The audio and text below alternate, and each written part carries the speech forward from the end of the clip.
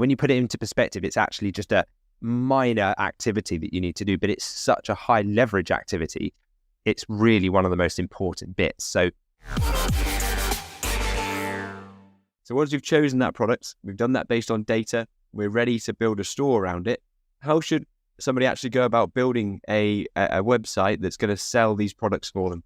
Yep. So building a professional store, as we call it, involves you'll want a clean design. You don't want it to look too busy. Something that has effective product descriptions, so it sells the product through text and maybe video and images as well through to customers, and a strong email marketing setup as well. So we'll go through how we link all that together. But I know that designing my first store was a kind of a long, arduous process, and I felt like, it's got to be perfect. I've got to do it. And I kind of just at one point said, for now it's good enough, and I just set the ad campaigns live, and I started making sales pretty much straight away. And I realized I could have probably started running ads weeks ago, and there's so much profit I've missed out on because I was so striving for perfection in that process. So now we call it a minimum viable store, MVS, and it's a concept that I talk about that's similar to the concept of MVP, minimum viable product. We want the thing that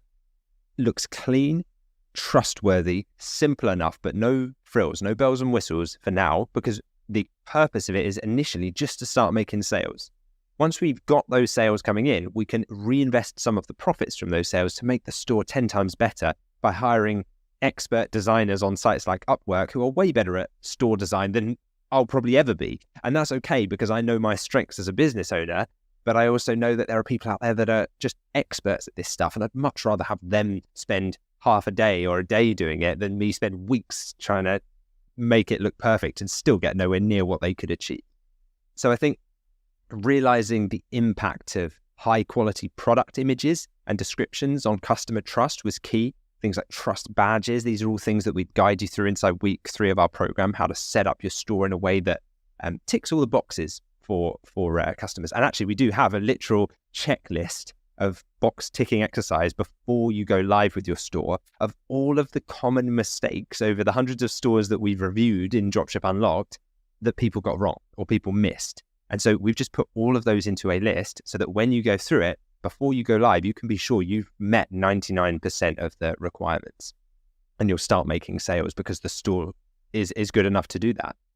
Then it's things slightly more advanced tactics like implementing email marketing sequences and seeing the boost in customer engagement and sales that comes from email. So we use a system called Klaviyo that allows us to retarget customers who came to our site, maybe entered their email address in a pop-up, or maybe they abandoned their basket at checkout.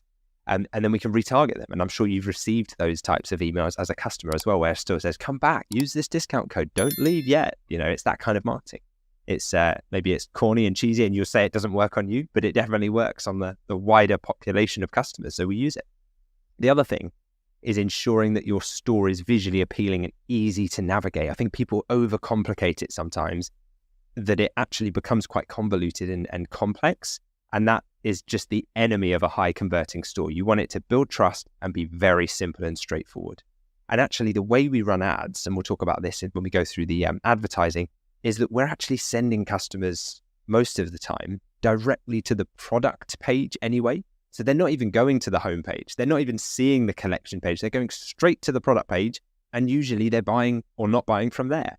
And so, yeah, it's really good on that product page if you can have really high quality images, really detailed, well-written product descriptions, the trust symbols that you need to build that trust and encourage purchases. Then, it's the 80-20 of store design. If you can do 80% of that, then you're going to get the important 20% of results. And that's the important part for us, is making profit from sales so we can reinvest it later and improve it. Exactly. So it's all about going live and launching quickly with the Shopify store.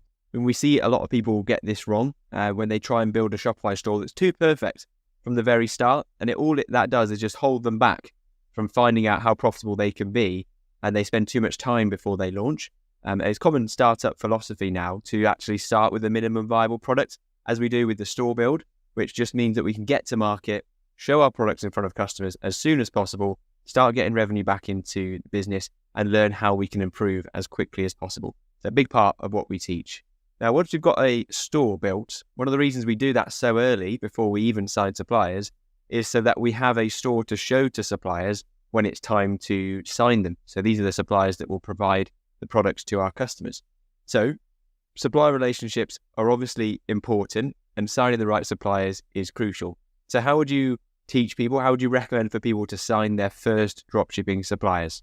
We always prefer to do it as close to the old-fashioned in-person way as possible. Now, the closest thing you can probably get to that is maybe like a Zoom or a Google Meet call. But the next closest is, and probably more accessible, is just a phone call. So that's typically where we start. We try and get on the phone with decision makers. Strong supplier relationships are going to be crucial for your store's reliability and growth over time. That's what you want. You want a really good supplier sign up. We call them premium suppliers.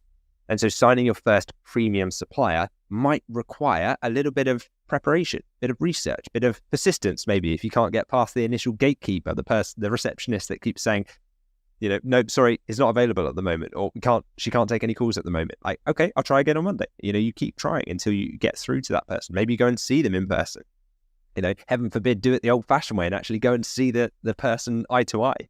And I understand, like I joke, but if you haven't been in a role like that before in your job, there is a level of anxiety and nervousness and kind of excitement as well of making those first few supplier relationships and introductions, and even the calls. That you can kind of feel your heart pounding. You're about to make supplier calls, but there's nothing better than the feeling of successfully signing them. Once you realize, they're just a human running a business that's looking to also make money. That's fantastic. Like, I've signed them. I never have to have that conversation with them again because now they're on board. I've got the contract signed and they can deliver products and make us hundreds of thousands of pounds, if not millions of pounds in sales over the coming years, all because of one phone call where my heart was beating a little bit faster than usual. When you put it into perspective, it's actually just a minor activity that you need to do, but it's such a high leverage activity.